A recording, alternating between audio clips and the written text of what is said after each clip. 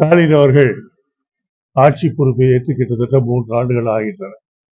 ஆட்சி பொறுப்பை ஏற்ற நாளிலிருந்து இன்று வரை அவர் ஓய்வெடுக்காமல் மக்களுக்காக பணியாற்றி வருகின்றார்.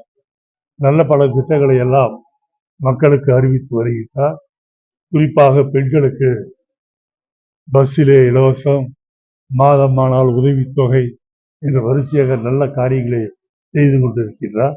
அதன் ஒரு அங்கமாக படிக்கின்ற மாணவர்களுக்கு உதவியாக இருக்க வேண்டும் என்ற நிலையில் இன்றைக்கு தமிழகம் முழுவதும் பல கல்வி கூடங்களையும் நூலகங்களையும் கணினி மையங்களையும் திறந்து வைத்திருக்கின்றார்.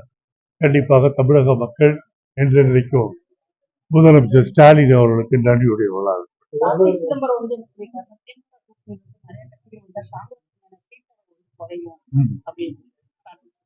கார்த்தி அவருடைய கருத்தை சொல்லியிருக்கின்றார். ஆனால் நடைமுறையில் அது ஏற்புடையதல்ல.